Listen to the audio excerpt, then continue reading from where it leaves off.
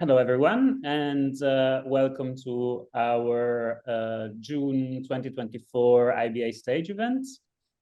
We are very happy to have with us today the makers of Triennale Brugge 2024.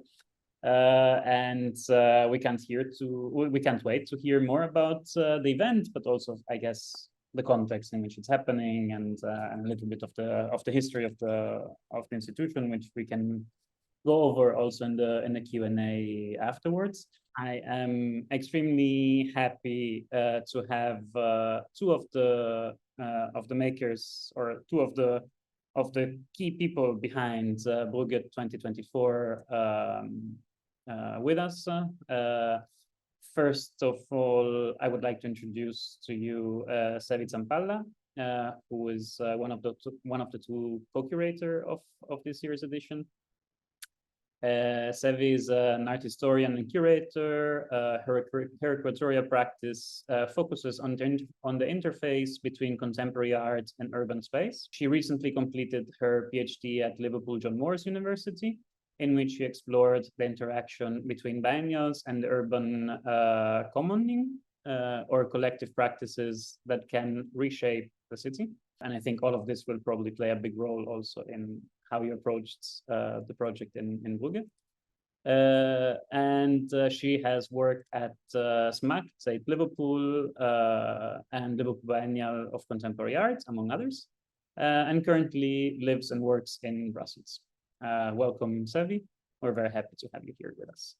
Also joining us from Brugge is Alan Quireyns, who is artistic coordinator of Brugge Plus, together with Shandy Gardin, who is co-curator of this year's edition, but could not join us, unfortunately, for today's presentation.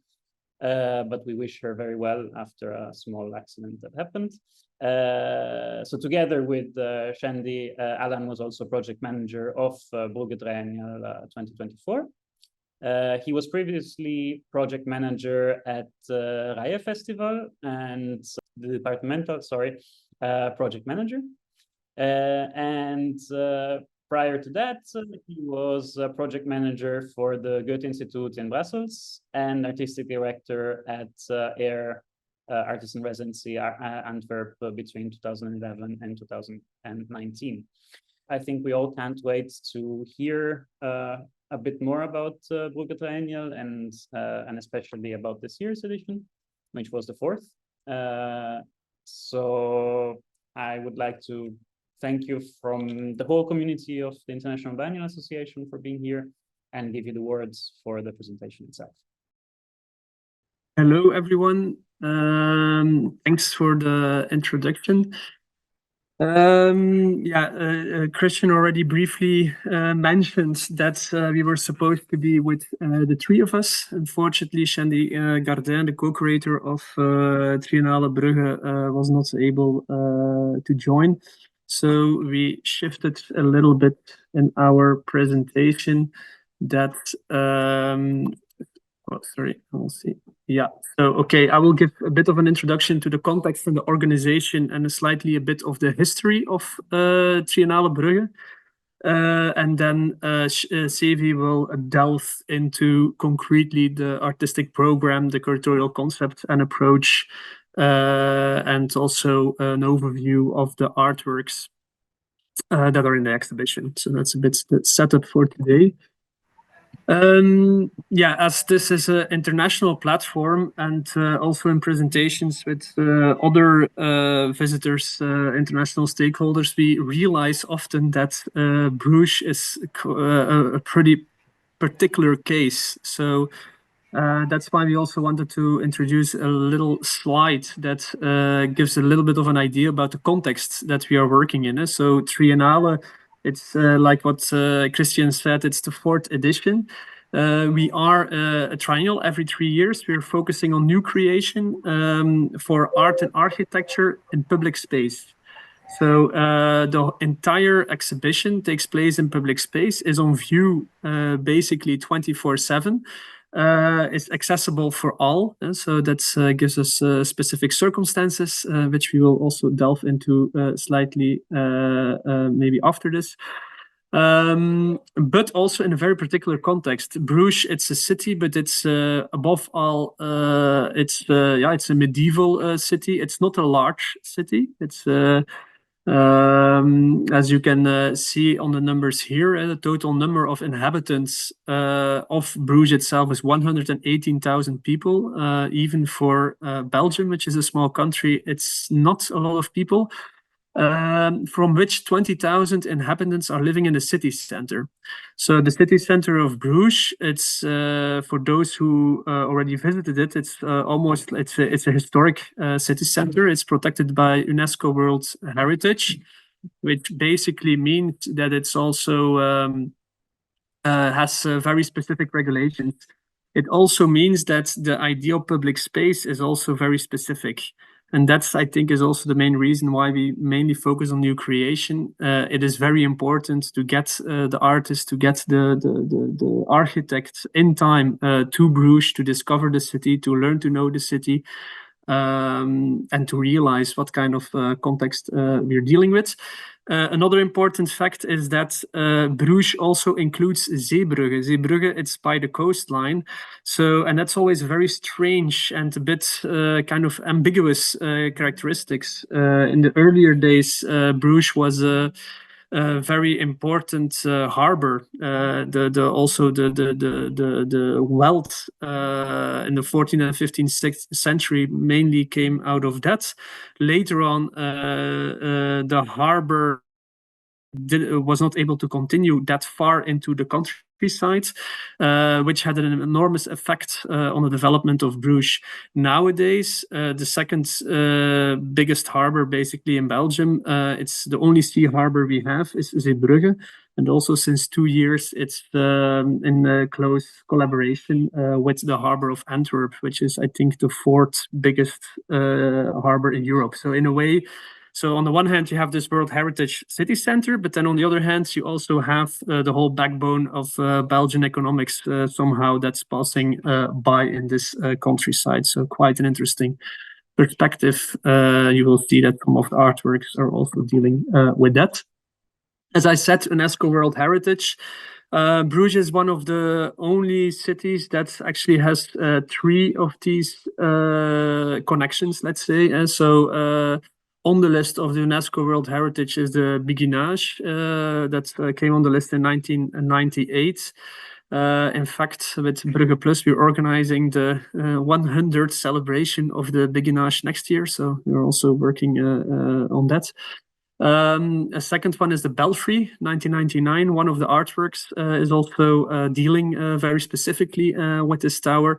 And the third recognition is the historic center. So the entire historic center of Brugge is also within UNESCO World Heritage.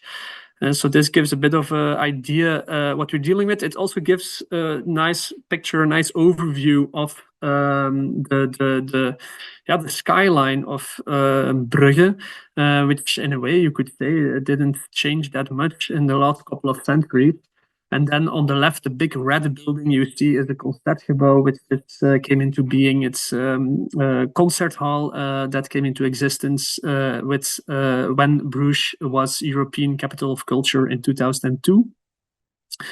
Another sense of the ambiguity of our character is that because of its medieval heritage and because of its uniqueness and its close connection to the sea and to ships, etc., there is a lot of tourism going on in Bruges. It's a very big topic. Annually there's about 9 million tourists passing by in the city. If you remember the number that I just mentioned of 118,000 people that are living in and around Bruges, it kind of gives a bit of an idea of what kind of audience we're dealing with. So in that sense, it means that if you organize anything in Bruges, it's always an international audience. It's just and it is also very diverse audience coming from all sorts of backgrounds.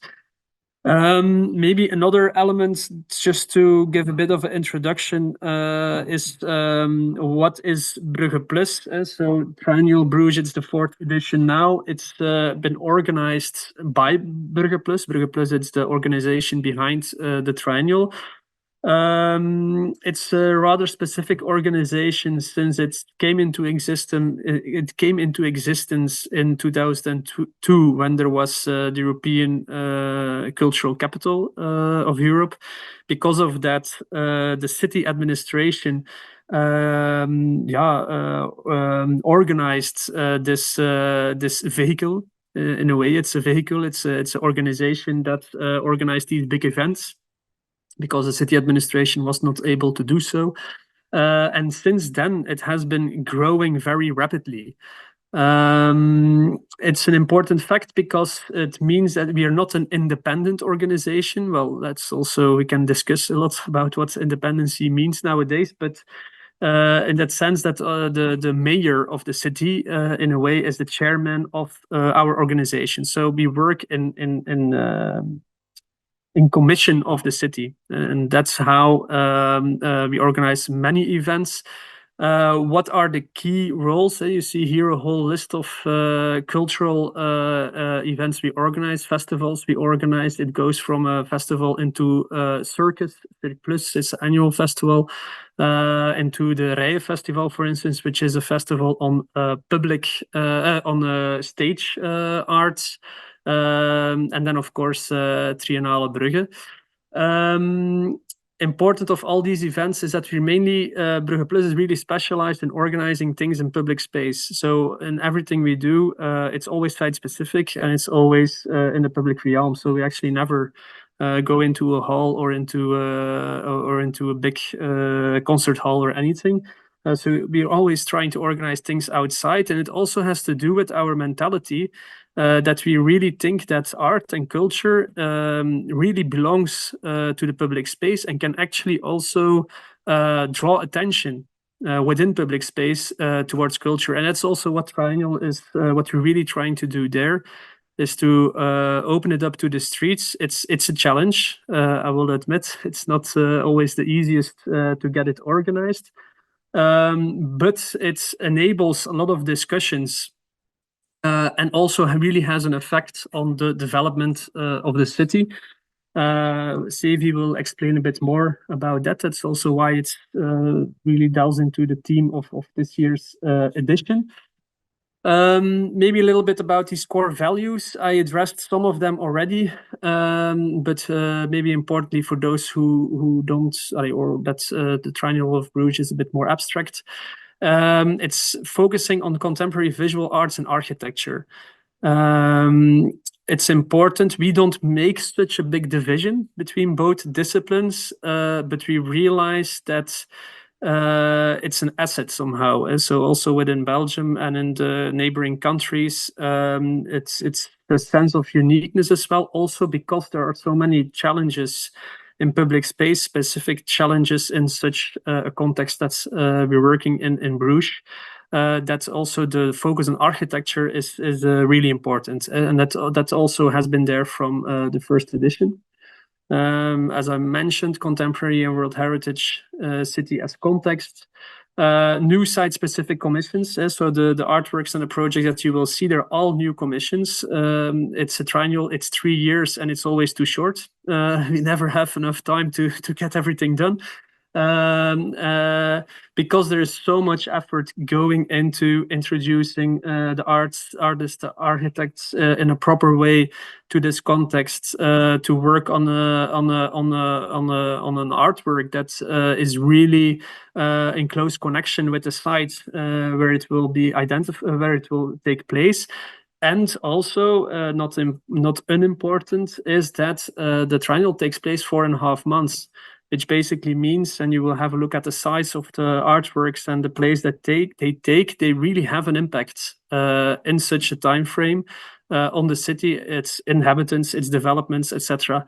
So in that sense, we're very aware of that, and we're also very aware that it's not possible if you don't have the connection with the city and with the people who are living there. So that's a very important aspect for us. As I mentioned, public space. also very important is the temporariness of Triennale Brugge. While there are other biennials, triennials that are trying, or also within Belgium, there is a whole program existing in art and public space that's always trying to stay. There's quite a lot of investments in art and public space that are for the long term. While Triennale Brugge, it's really originated for the duration of the exhibition. It's always a very big discussion. Once that the artworks are there, we get a lot of questions, etc. Can this not stay, etc., and things like that. So we are in the middle right now of that chapter as well. But it's very important to state that from the beginning, because it also allows us to take a little bit more experiment, to try things out a bit more. It creates a little bit more freedom also in terms of vergunningen, in terms of allowances to do certain things in this context. But it's definitely not an easy given. It's definitely something that we have to negotiate every single time. So it's quite an important element.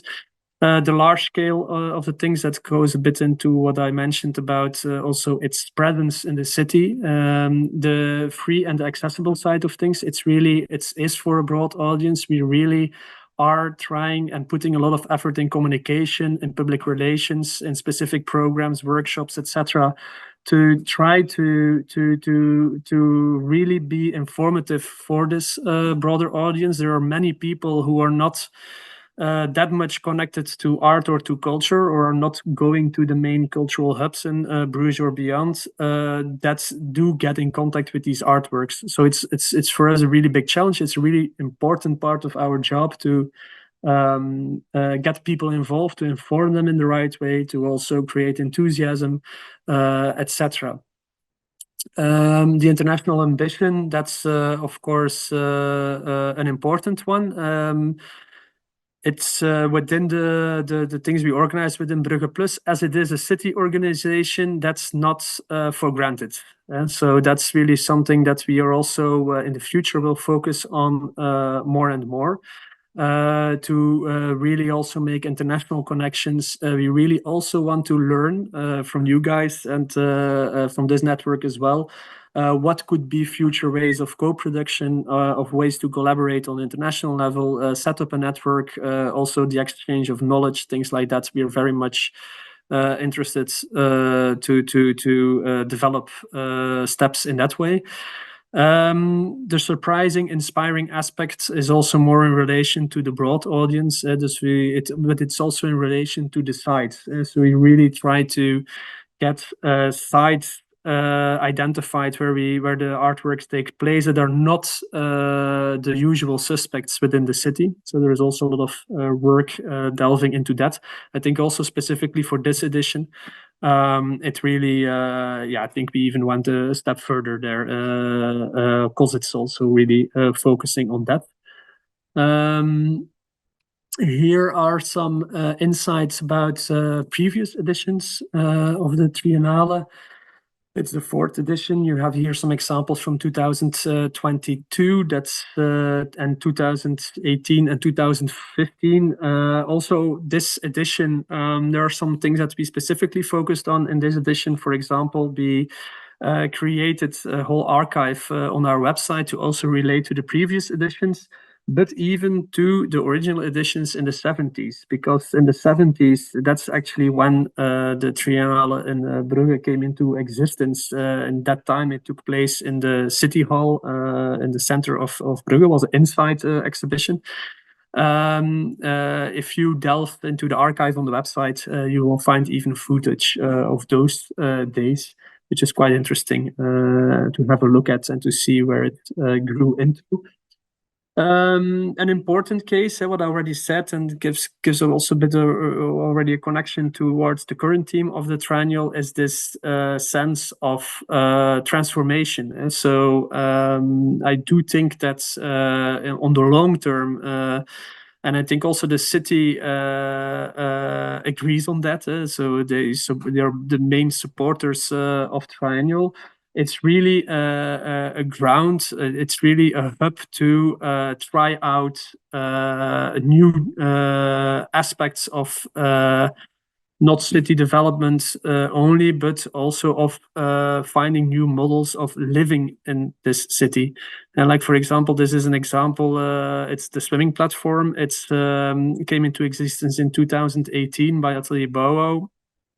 In that time, it was really a tremendous discussion because people didn't they didn't consider the rivers around Bruges as safe to swim in. There was a whole discussion about the pollution of the water in that time.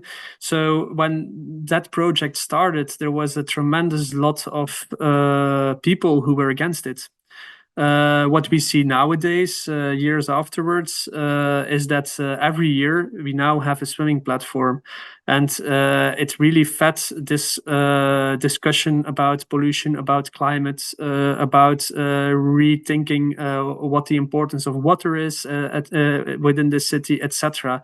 So this is just a brief example of like how also a triennial on the long term can give can give thoughts, can inspire also policymakers.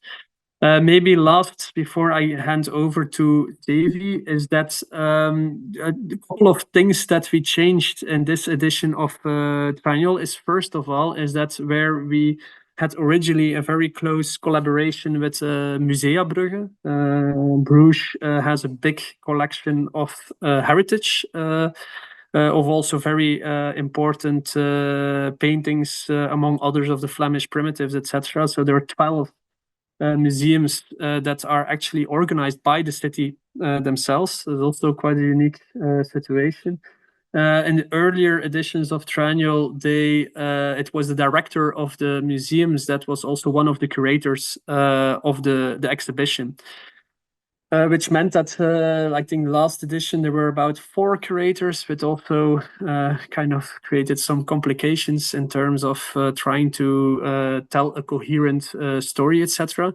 So this is one of the things that we try to change this edition. Now it's really a co-curatorship between Sevie and Shandy, and we still have to make big evaluations, but for what we hear until now, it's really appreciated quite a bit that on a thematic level, it's really created a story that brings all the artworks together. So I think that's one aspect. Another aspect that's really important is that the sense of collaborations with partners in the city.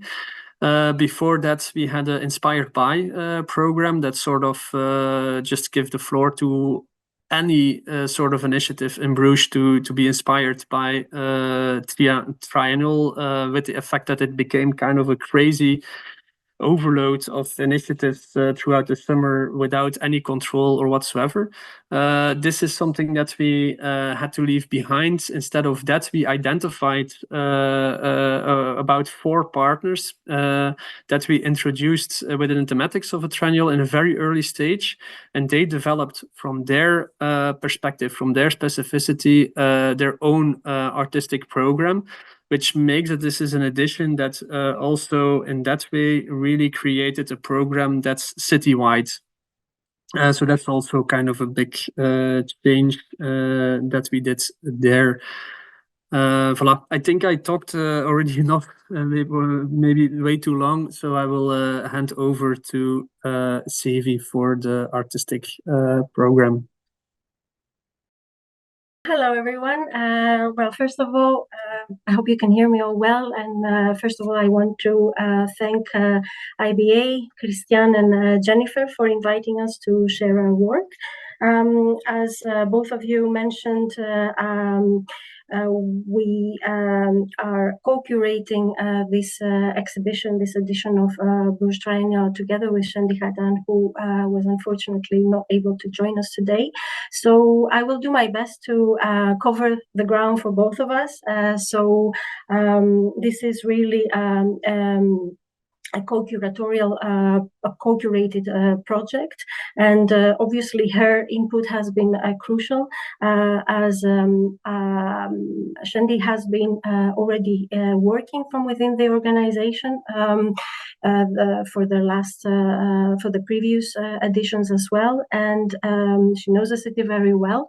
And I have been invited as a kind of guest curator specifically for 2024.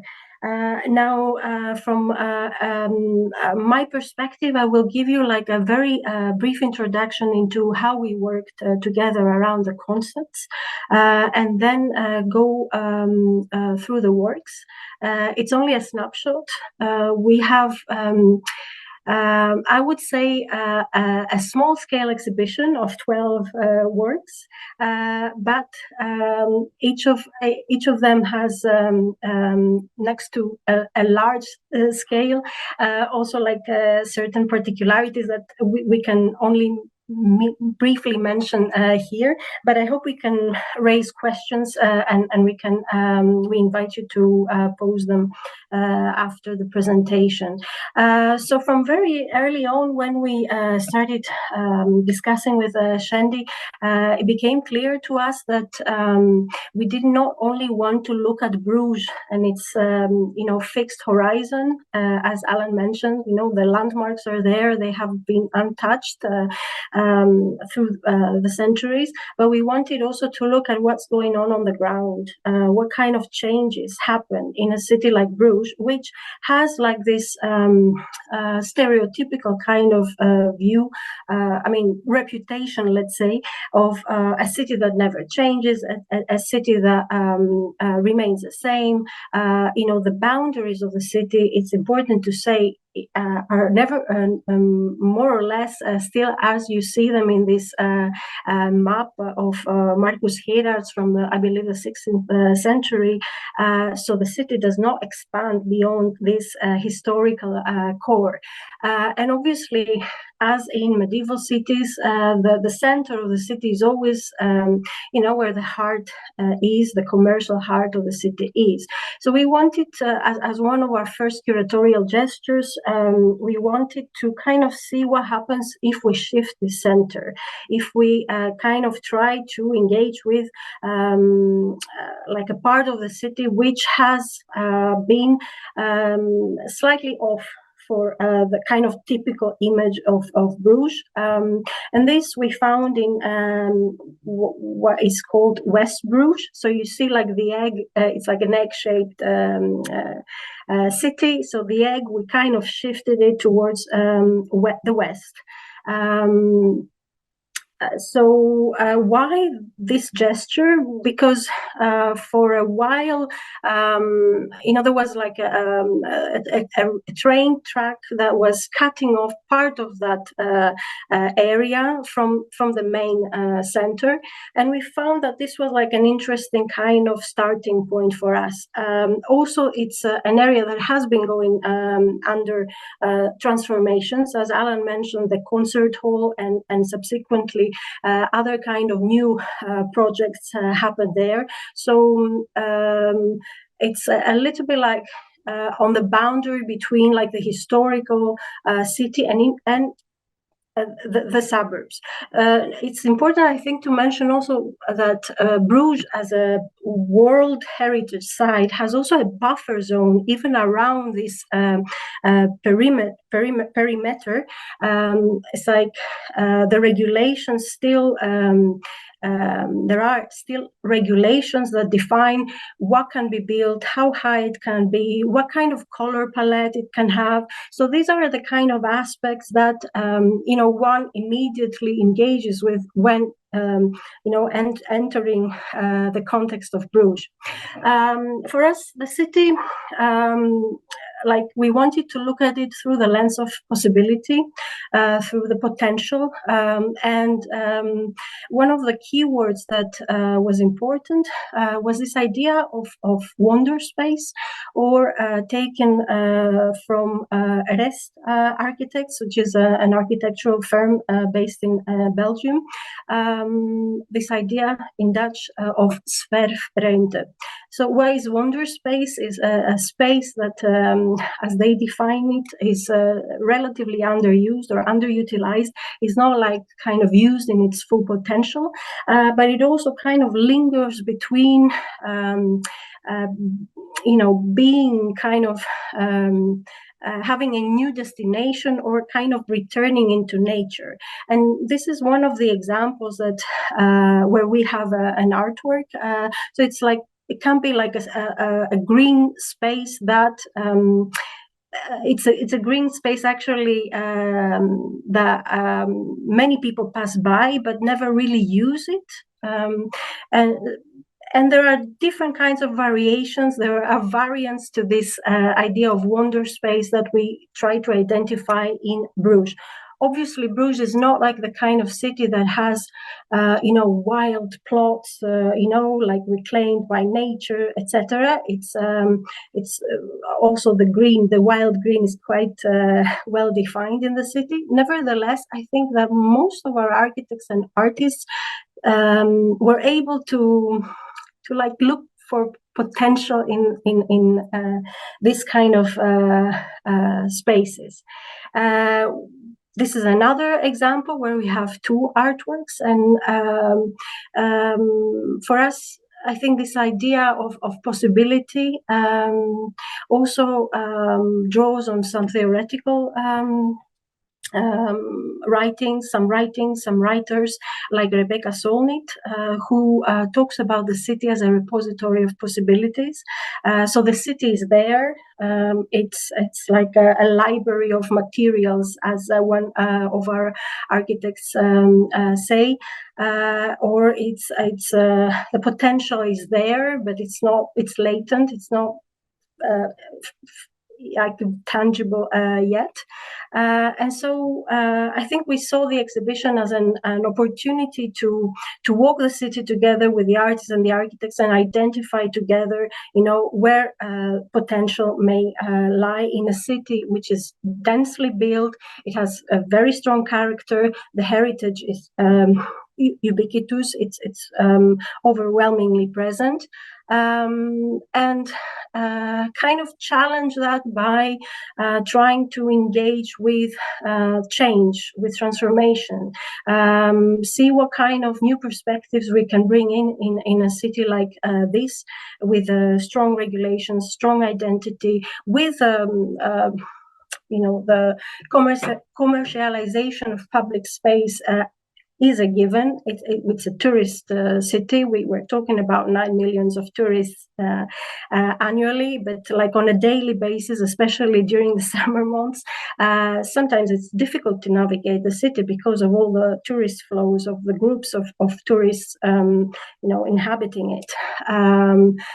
And we are trying to make a leap towards, the other kind of cities, other kind of possibilities that can emerge through thinking through the city as possibility, with the context of Bruges as a test bed, basically. So as Alan mentioned, this is an opportunity, the Triennial, to test certain ideas, to lay the seeds for something else to happen, and to see. Potential doesn't need to be like judged also by what it actualizes. I mean, these are like kind of theoretical insights that come with this exhibition, but it's what it sets in motion. So I hope that we have set something in motion that can have lasting effects, especially when it comes to the new spatial imaginaries that it triggers for the city of Bruges. So these are our artists and architects. We invited 12 artists and architects, and we saw them as practitioners of the possible, again drawing from Rebecca Solnit's beautiful description of the city as possibility. What we saw in these practitioners is actually this idea of possibility, how they challenge through the practices public space. I will go directly into the works. I have tried to kind of categorize, have some sub themes in terms of how our artists and architects dealt with the context of Bruges and the curatorial kind of keywords that we gave them. But obviously there are a lot of overlaps, as you will see, between them. These are not strict categories. Overall, I think what we have been realizing also now that the exhibition is already there for almost 2 months, is that these conversations with heritage are quite present. How it can be different, obviously, and it might seem a bit paradoxical to start with this work, which actually is right at the center of Bruges, because I said that we moved a little bit the attention towards the west, but actually this is if we have our parcours in mind, this is one of the works that occupies the center, but it occupies also this paradoxical kind of space. So these are the city halls. This is where the first ever triennial took place. You can imagine it's like a courtyard of the Belfry, which is an important monument for the city. And here the architectural office of Traumnovel, who are based in Brussels, they propose the Joyful Apocalypse, which is an installation, as you see, with scaffolding and very, very visually appealing, which changes radically this space. It's a courtyard which is as I said, at the center of Bruges, but which is actually only a passage. It doesn't really have a function. And also the galleries that are on both sides of this scaffolding are not really used throughout the year. So the architects found this really an interesting kind of wonder space, let's say, that it's it doesn't live to its full potential, although it's animated by thousands of people on a daily basis. And what they propose is a stage. People can go up and down and around. A stage which allows to look at all this spectacle of tourism on the one hand, but which also allows a very different relationship with the heritage, with the monument. And I have had friends visiting earlier this week, and they were amazed by the fact that they could look at this iconic building from a very different perspective, rather than just going up the tower and looking down at the city. So you can see this transparency and this kind of the materials that they use bring this kind of ongoing kind of building. It's like a construction site almost at the heart of Bruges. So it's this idea of permanence and impermanence, and the work really is using the basic tools of architecture in some way. Ever since this work has happened, I constantly here in Brussels look at scaffolding and curtains in front of buildings that are being restored in a very different way than before, thanks to this work. Other artists, other architects have chosen to work with material that it really is very typical for Bruges. Shingo Masura and Katsuhisa Otsubo, architects based in Tokyo, they proposed empty drop on a site that is public, but it's in between a very different situation than the previous work. It's next to heritage buildings, but also as a park. It's not exactly used let's say perhaps as much as a public park. It sits next to a parking lot, so there's like different kind of functions that happen there. And their proposal was to kind of interact with these different kind of corners of the city by creating this kind of enclosure, which is made out of 3 different circles, and they use brick, which is a material that is found everywhere in Bruges, and they found it really interesting, obviously, because coming from a Japanese background, this material is not really used. So this is also a work that brings like kind of an idea of a monument, like tries to reverse it. You can see like the outside almost looks like as if it's like the bad, let's say, side of the work, and the inside is made following this kind of what is called a Flemish pattern of building with bricks.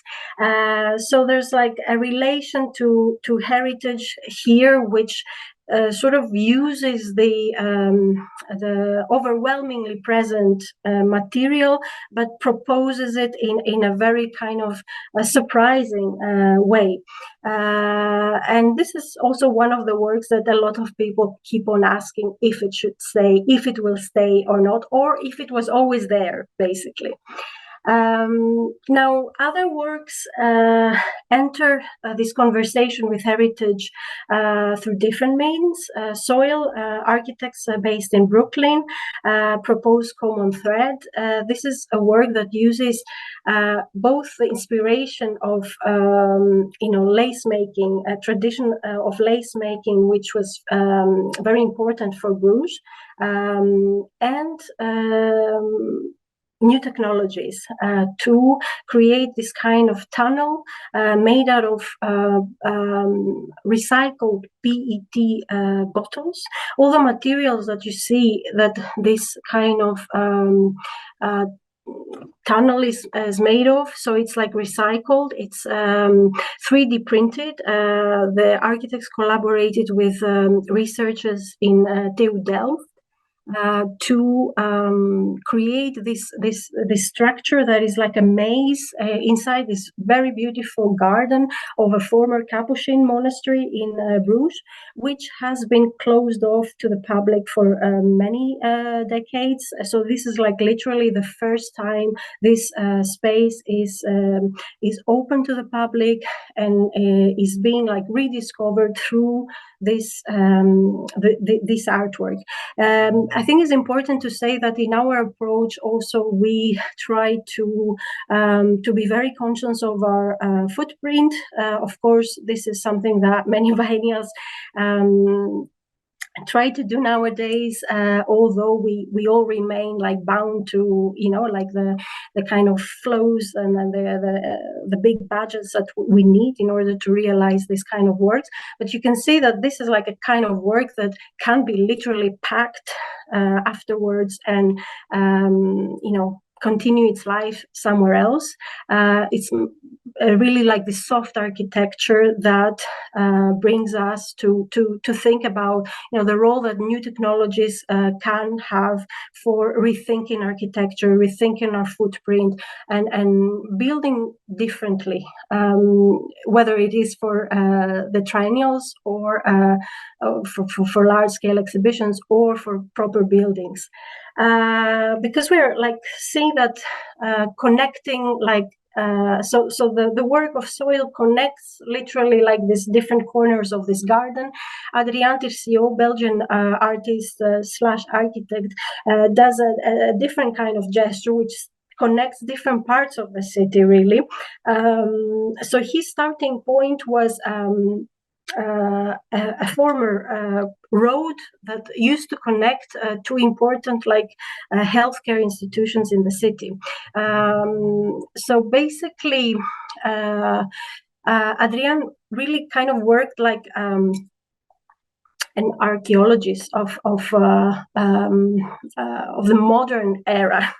And this is quite paradoxical again, because Bruges is not known for modernism or modern architecture.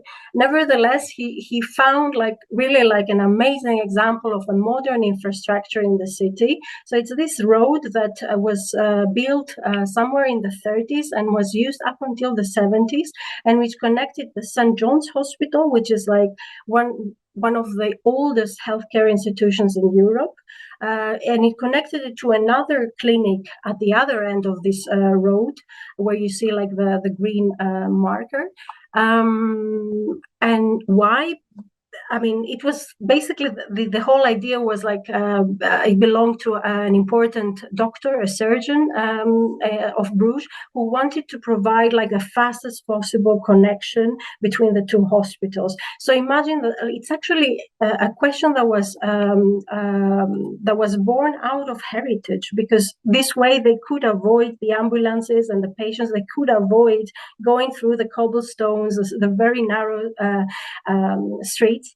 And Adrian proposed several sculptural interventions across this road. So people are invited to almost reenact this road by walking through the different parts and engaging with this motif of a green carpet that kind of appears in 2-3 different moments along this parcours, and which is based on his own kind of archaeological gesture, where you see this green marker is where this road was reclaimed by nature, and it was by digging with his hands that he understood that, oh, this road is it still exists, so let's reveal it. So he rolled out part of this green carpet, and he integrated it in his work. So the question here is what comes to be recognized as heritage and what not, and what lives, what grows in the city.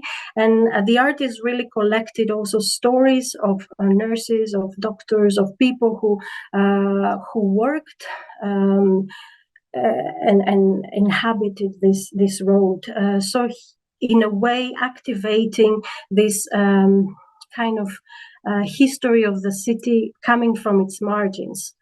Of course, when we talk about heritage, questioning, what comes to be considered as dominant paradigms in public space is important.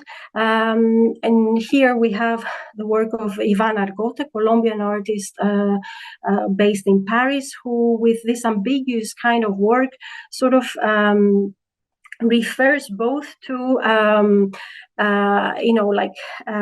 decolonial movements in different cities across the globe. This looks like these legs have been cut off from a bigger monument, but it also, viewers are invited to speculate about the identity of the historical figure, probably that belonged, to this sculpture. I will show you this image because I think for me this also talks about this ambivalence. It's and what I would say it's the Bruges effect in the work. Obviously, this work is open to interpretation, but a lot of our visitors, see something really like fairy tale. Kind of like in the boots, so they don't see necessarily, like the colonial, the slave owner, the military, white male kind of association that plays a role for the artist, but they kind of interpret it through. I think the interaction with the beauty of Bruges in a kind of different way, which is also part of, I think, the beauty of working in public space and in this kind of loaded environment. Sumaya Vali's work is going into a similar question of representation, who is represented in public space, who has the right to be represented in public space. And she looks into the trade kind of flows that Bruges was part of also in medieval times, looking at the history of the Melinghetta pepper and bringing like plants in Bruges that inhabit this kind of boats, which are mainly used in Africa or Asia for open air markets. I will continue a little bit faster because I'm aware that our time is a little bit tight. But this idea of potentializing wonder space and Zwerfruimtes, I think, is exemplified by a few artworks that, like the Tower of Balance by Bangkok Project Studio, who proposes like a kind of tower with a bell that we have sourced from an existing, actually, I think, monastery. It's really like a kind of sound, almost echo. It's kind of balances the sounds of the city, but it's also like, as you see here, it's built in a very in a slope. And it's right opposite like some of the landmark towers of the city. So Boonsum was really inspired by the belfry, and there is still this tradition of the carillonneur who plays the bells, and the music spreads across the city every day. But he, as a person, he was born almost deaf, so for him sound is really like fell through the vibrations, and he wanted to transmit this through this work. With Noorderrode Ramland, I think we also have another work which again relates to, it's specifically conceived for this site. It's a kind of a square which seemed like a bit no, I wouldn't say abandoned, but like not really used. And they have created a kind of garden, an enclosed kind of garden. It's almost like you're invited to someone's living room, but it's an open living room. They work with these ideas of a circular economy. So most of the material that they use are recycled or second-hand material and sourced from different parts around Bruges. And they also re-landscape the whole to create a kind of community garden. So we hope that the people living in the neighborhood are able to reuse it going forward. There's works that bring obviously this idea of heritage, but like from a different perspective. In this case, in Mariana Castillo de Val's case, I think the question is more like what happens when we question like dominant ways of knowledge production and human non-human relations in the city. He saw that Ivan Argote uses bronze, a material that is quite common in public space. Mariana brings ceramics and wood in public space, materials that are not really commonly used. But this work, as you see, is bringing beekeepers, and the archaeology of beehives in Bruges. So Mariana is working with beekeepers from Bruges who take care of the bees that are on the top platform every week, and they will be the caretakers of the bees also once the exhibition finishes. When Mariana first visited the city, she realized that there were a lot of apiaries in the region. There was a lot of interest in beekeeping, and actually Bruges is a very bee-friendly city. It was voted as like one of the most bee-friendly cities in Flanders. So this was like part of what triggered the work. And what the work brings is actually in the lower part, you see that there's a lot of objects, like different shapes. Those refer to beehives and beekeeping tools before the introduction of the wooden beehive, which happened in 1892. So it's like really like a change in technology, which what did it do? It made that beekeeping became much faster, much more efficient, much more of a productive and profitable activity. But this meant also a halt in the diversity of the way beehives were being made up until 1852, I think. So before, every region had like its own traditions. Every beekeeper could make the beehive with clay, with baskets, as in Belgium, or even with like wooden logs that were opened, and all these are actually reflected in the lower part of the work. So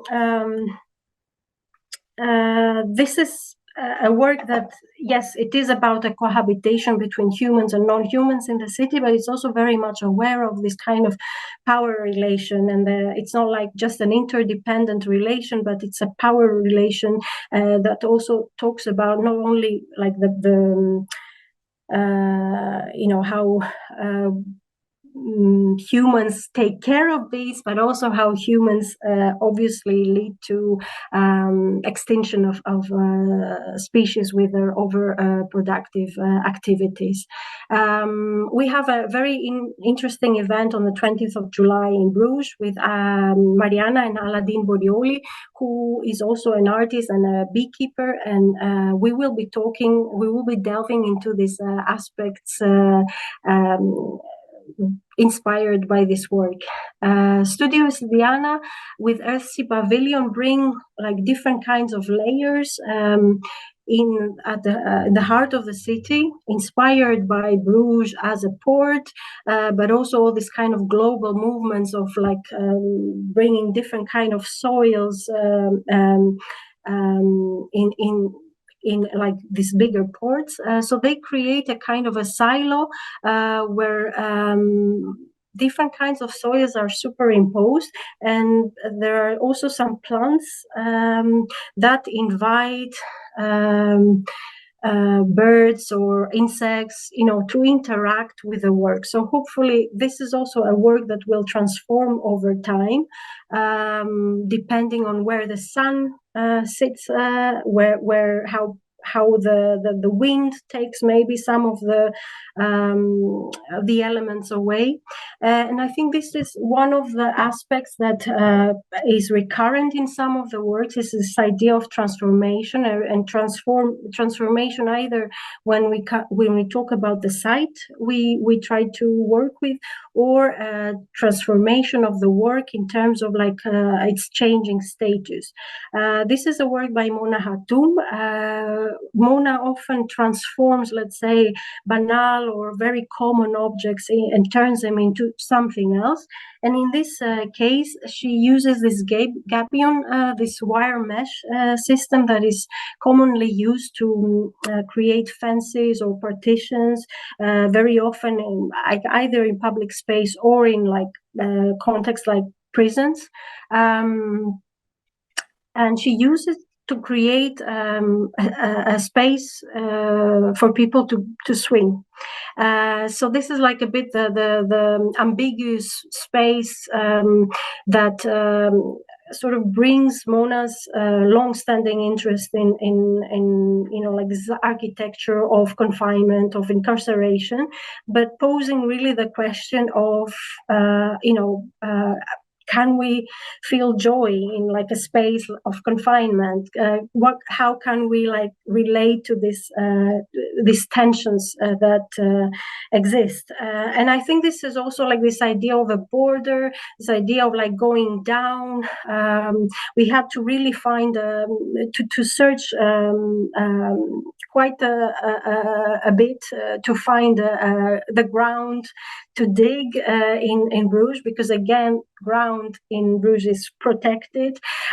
But we were fortunate to find this the psychiatric institution of Onze Lieve Vrouw, which really fitted really well with also Mona's preoccupation. So it's a psychiatric institution. You can see there, which has a very open policy, and these grounds are actually used by the residents. There are animals around, there's gardens around, and the residents really use it on a daily basis. Plus, it's a passage that connects the city center with the suburbs. So this is like a work that sits somewhere in between, like, again, this ambiguity between, is it a wonder space? Is it a Sperrvreemde, the transformation that we can talk about in Bruges? Is it, confined, or where are the possibilities? And I will end with this work, which is Ivan Morrison in Zeebrugge. As Alan mentioned, Zeebrugge is the port of Bruges, and it's also like a kind of a very fragmented or almost segregated landscape. It consists of the beach, of a fishing village, of a very big industrial port that is expanding. And I think this is like a site of ongoing radical transformation. So Ivan Morrison really captured these movements with this work. The work is actually, you're supposed to enter through all these tubes, and as you do and you go around it, you have a kind of periscopic view of the environment.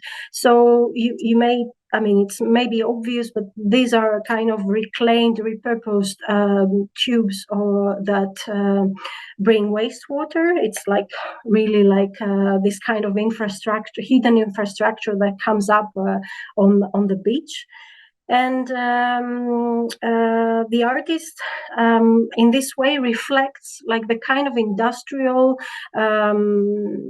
environment that one starts entering once you leave Bruges, the core, the historical core. You kind of slowly, gradually enter this kind of very industrial situation. But obviously the work is interacting with the elements. You can see here what happens when the tides go up.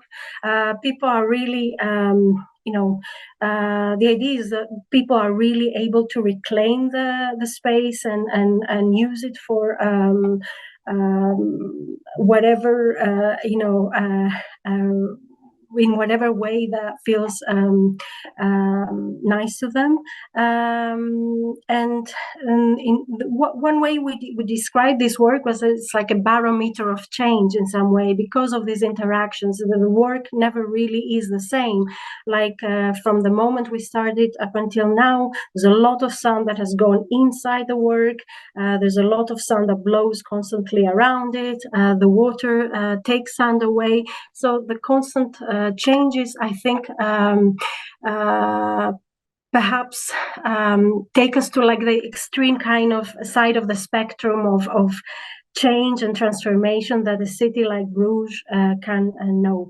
I think I will end here. I think that was the last slide, and I would like to thank you all.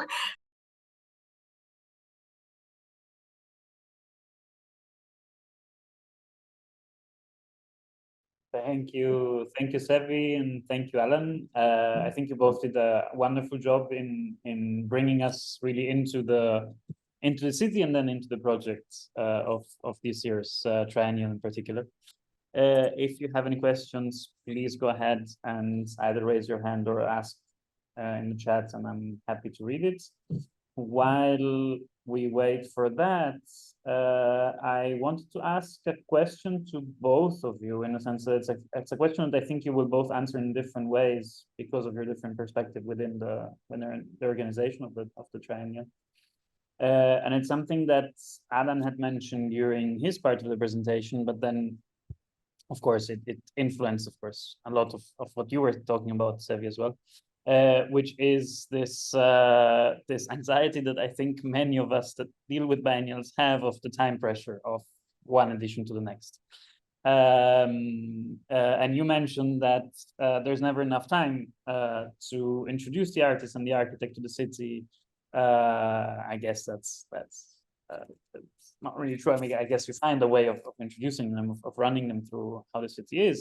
But I would really want to ask you both from your different perspectives, because I guess you also work in different ways with them once they're on site or preparing their visits and so on.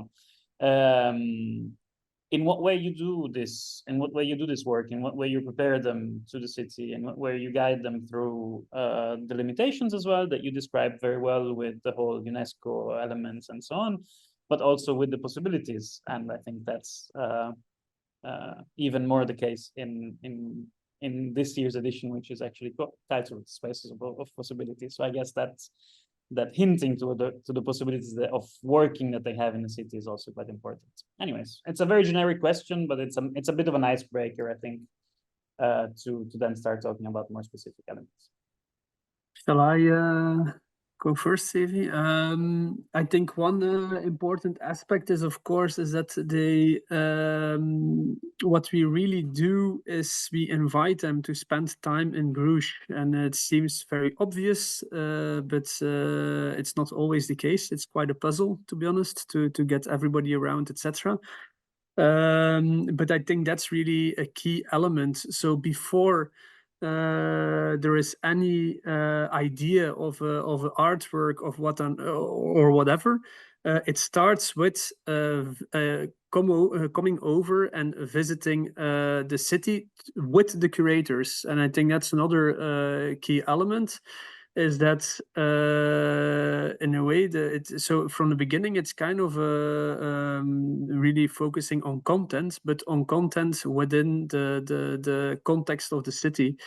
Another thing is, of course, is that as Sevie mentioned, it's a co-curation. I think also of course, there is always a challenge between local and a more international approach. I think also in the specific case of Bruges, it's not the biggest city. It might be different if you are in a more international city, let's say like Brussels or whatsoever. You might have more of an international community to relate to, or things like that.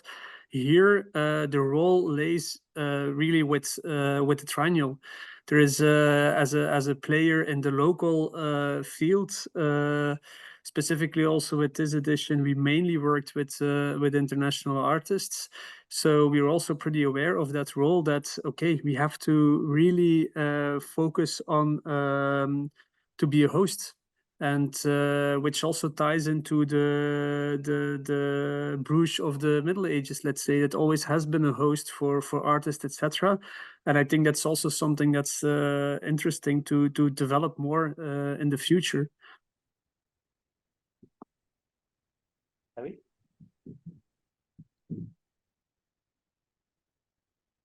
Oh, I can't hear you. I'm not sure if it's only me. Can you hear me now? Perfect. Yes. I think, well, as every kind of biennial that aims to have new commissions, we do have the artists with us. It depends also on their availability. I mean, yeah, the visits are short to start with, maybe 2 or 3 days, but then they do come back. And as Alan said, the initial proposal takes shape after the first visit. What we tried to do with Sandy, even before we had the first artists visiting in the city, is that we tried to have already a conversation, kind of understand also what kind of aspects they find interesting to look at. We give some prompts in terms of the curatorial directions we wanted to take, but this was like a very much an open-ended, an open process. So our curatorial concept was also like the the proposals, what the artists fed into it, right? It was not like we had this idea, this theme to be illustrated. We were keen to have their practices respond to the city. So I think that this is something which kind of maybe is different from maybe other festivals, that we really 100% work with new commissions, and we wanted to accentuate the idea of site specificity or context specificity this time. Of course, time is never enough. I think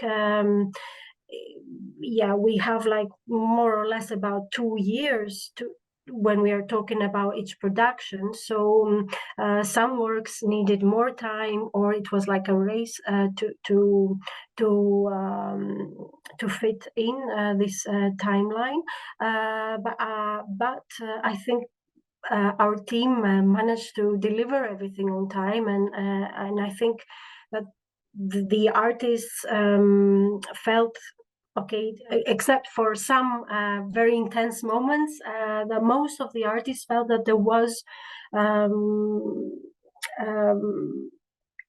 enough time to cover, let's say, the main elements also of their work. Also, it's a timeline that actually did allow for changes to happen. We don't show you now all the processes behind the works, but like definitely these are not like the some of the works like really went through a lot of changes in the process, and this is like the nature of commissioning new work in public space, of course. I think well, thank you for the answer, both of you, of course. And I think while answering Sevie in particular, you also answered one question that was written down in the chat, which was from Anne asking if you had like a predetermined theme or if it was something that evolved along the way. If it didn't answer you, Anne, please do reach out again, and I'll ask a more specific question.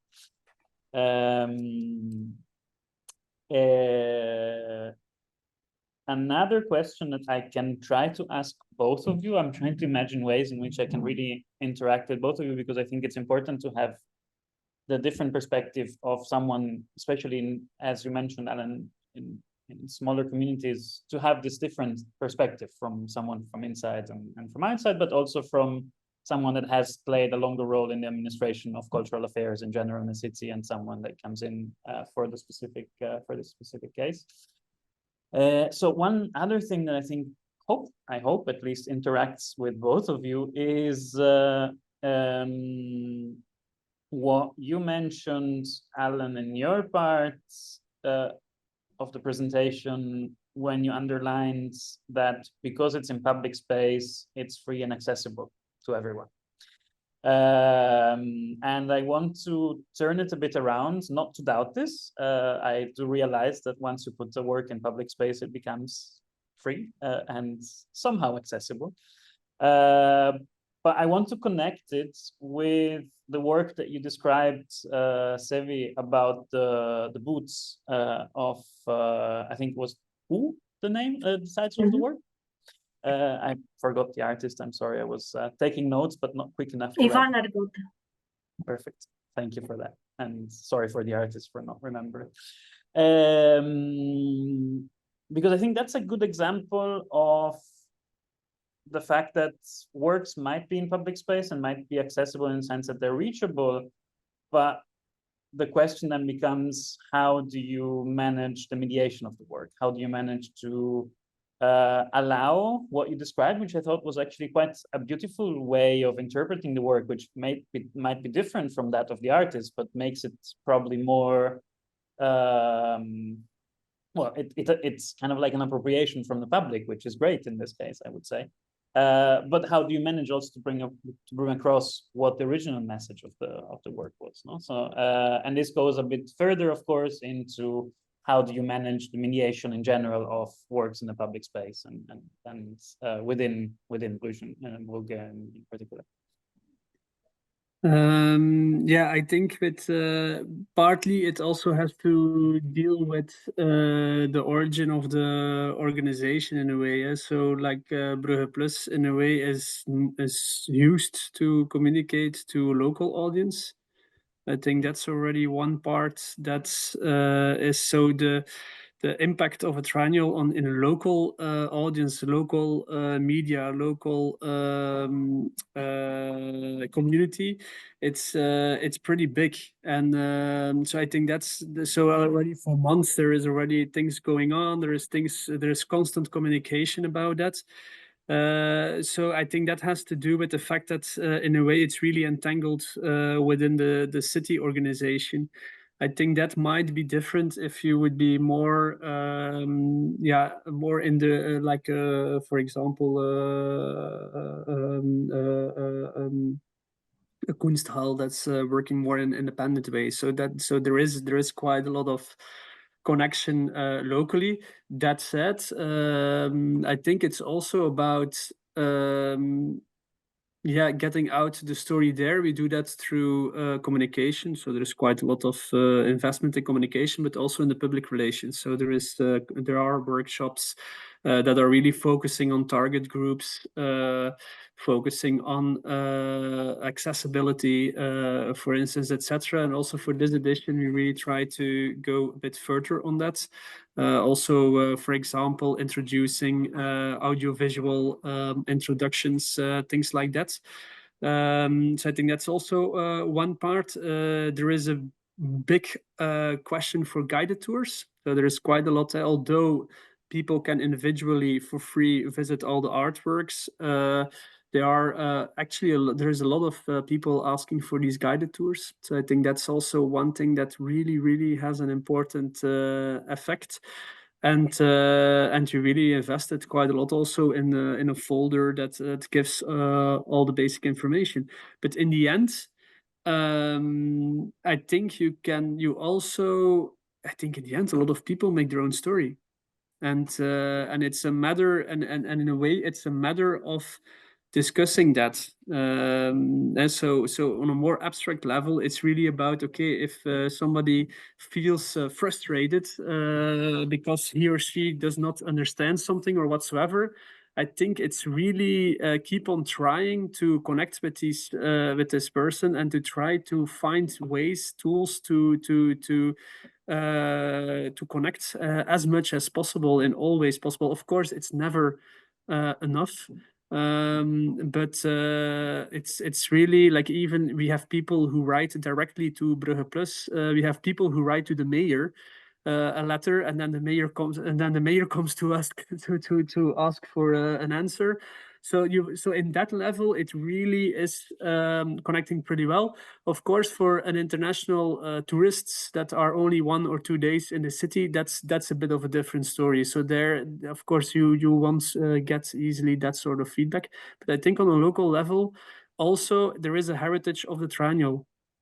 So what I sensed with organizing this one is that people do have an idea about the triennial and look forward to it. I can say that there was quite a lot of enthusiasm, and also once they started to see the works, etc. There is, like, for example, with Bangkok Project Space, with on a very literal way, it's a bureau from Bangkok that is creating a new tower with an actual church bell in a city that's already living since centuries with their 3 towers. So on a relational effect, so without the content even, but on a relational effect, the symbolic value of such a thing is really important. And you feel there that quite a lot of visitors, or also especially also the inhabitants of the city, they have a relationship with that piece.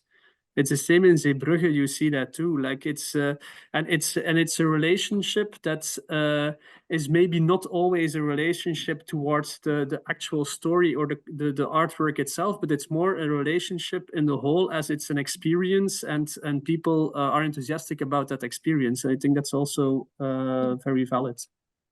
I would like maybe just to add something, like, because I think the question that Ivan Argota poses, who can bring us also to this idea of accessibility. You know, who has access to this kind of events, even if they are in public space. There's always some who will be excluded. I think, you know, we should not be delusional. We are an inclusive, we are trying to be an inclusive event, but there's always something we can do better. But I think we are fortunate that we've been working with our colleagues from Brugge Plus, Triennale, who focus on this aspect. They have been working with also organizations that do like this kind of specific work of addressing, you know, like the needs of people who have, you know, mobility issues, who have sight issues, hearing issues. So this aspect is really like integrated in the working methods of this triennial. On the other hand, I think with the guides, the mediation aspect that you were asking about, Christian, we work with guides associations in Bruges. Bruges is very big on this because it is a tourist city, and what I personally found, you know, as someone coming from another context, is that this is an amazing opportunity, you know, to bring together like the kind of knowledge that is already in the city. The guides are trained by us in terms of the artworks and the processes. They follow the processes, but then they bring their insights of the city. These people have been guiding thousands of people in the city, so the stories that emerge are like really amplified through this interaction. And I think this is where accessibility becomes something else, and this becomes this affective relationship with the works and the city. But yeah, I mean, the inside outside perspectives, like we had like this opportunity to test that in this edition. It's I think, you know, creating spaces rather than objects to be looked at, although we do not negate that. I mean, we have works like Ivan's work is something to be looked at, but it's like really creating like these spaces in the city where a different pace can of inhabiting, of using the city can emerge. You saw like there's like this kind of gardens. There's different poses that one can take while experiencing this triennial. And I think it's important for a city which has like so many paces and so many flows to kind of propose that other kind of modest pace of inhabiting the city. I found this moment that you were describing with the guides quite beautiful, and I understand also how interesting it is for to work on that level, to really work on integrating, let's say, something which is temporary as this with the long knowledge that the guides bring from the city. And so sounds sounds like a very good case of this work. I have many more questions, as always. I spent all the presentation kind of thinking over all the aspects that you're talking through. Although time is a bit short, so maybe I can just ask a very quick last question and try to integrate two different questions into one. I think that goes into something else which I found quite peculiar and unique to this triennial, which is usually there's not a strict separation, but there are biennials or triennials that focus specifically on architecture, others that focus on arts. This feels like very much like an hybrid between the two of them. You have a lot of practices which come exclusively from the architectural world, even though their project might be more sculptural and so on, of course. And then artists that come strictly from the fine arts world, let's say, or from the contemporary art world. And so I'm wondering, because you have them both work in public space, if you've noticed a big difference in how they approach working in public spaces. And also, of course, as a reaction to that, not only how they work, but also how the reception of the work is. It's a broad question. I know I should have picked something short, quick, so for the last question. But I was really fascinated by this aspect while looking at the projects. So yeah, I think. Yeah, maybe I will just delve a little bit into the production side of things. Of course, there is a very big difference between a visual artist that often works on his own or her own, or maybe have a studio of like 3 or 4 people, or maybe a good gallery or something, but that's it. While yeah, with an architecture studio, it's organized very differently. So there are rather big differences in production, and this is something when we were talking about time. I don't think that's the introduction of an artist in a context like this. I think that's relatively okay within the time frame we have. But what is always a very tricky thing is a production. And it really depends on. There is a very big difference with people that already have done certain things, and production processes are clear. Then it's a relatively easy process of kind of installing that. But since you are mainly focusing on new creation, that often is not the case. And that's a very big challenge. To be very honest, that's really like, for example, the work of Ivan Morrison in Zeebrugge, to construct such a thing on sand hasn't been done before, and it's and then you end up in a very complicated discussion also about responsibilities, about calculations. Etc. And then and that's where you feel the difference between an architectural company that's kind of used to construct or used to build sometimes, because we also have examples of that are a bit previous in their career, and that sometimes is also different. With an artist, it's yeah, it can be very challenging. Overall, I think it's also a different approach towards previous editions. Previous editions, we mainly worked with a production team that was within Brugge Plus. And the disadvantage of that was when there was an obstruction with a certain piece, then the whole production process came into difficulties of the entire show. And now that's something that we learned by heart, that we work with specific teams on every project. And that made a big difference. And in that case, if you have, so then you have specific constructors, specific teams working on one project, they can actually put time in it, and it's not connected to each other. So if there is one that's kind of getting in a delay, it's not the entire show. So that sort of things for us really made a big difference. And then you can calculate that flexibility in it a little bit. Well, and if I may just add one thing, I think obviously for me, I think that the reception is where the boundaries between the different disciplines really melt, you know, because the perception of each work is you know, it doesn't matter that much whether it's an architect or an artist who's behind the work, but it's more like the experience of it. At least this is what I've been getting from the feedback of visitors.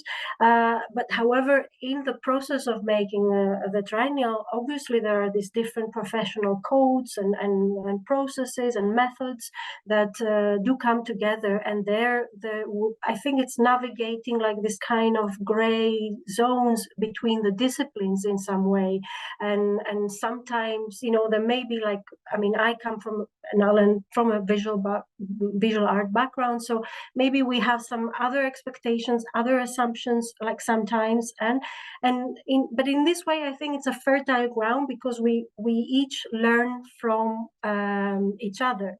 And maybe you can organize a conference about this because I think it's like a really big topic that yeah, it's just like a feeling that we share now. But I think it's a really, really important kind of a topic. Yeah.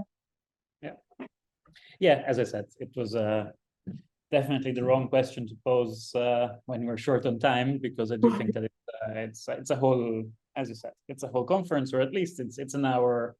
It's another hour and a half, decently, of talking about this specific. But yeah, I think I can start thanking you for today. As said, there are many other unanswered questions and ideas and stimuli that I got, and I hope our audience got as well, from the presentation and from the questions afterwards. So I really want to thank you for participating today, for taking your time, and of course I also want to take a moment to remind everyone following today and watching this that the show is still on view until the 1st of September, if I'm not correct. Yes. If I'm not. So hopefully some of our audience will be able to pass by and experience them live. And yeah, with this, I think I want to again thank you for today, and looking forward to hearing more about future projects of yourself and of the Triennale, of course. Thank you very much, Christian. Thank you. Thank you. Thank you. Bye. Thank you.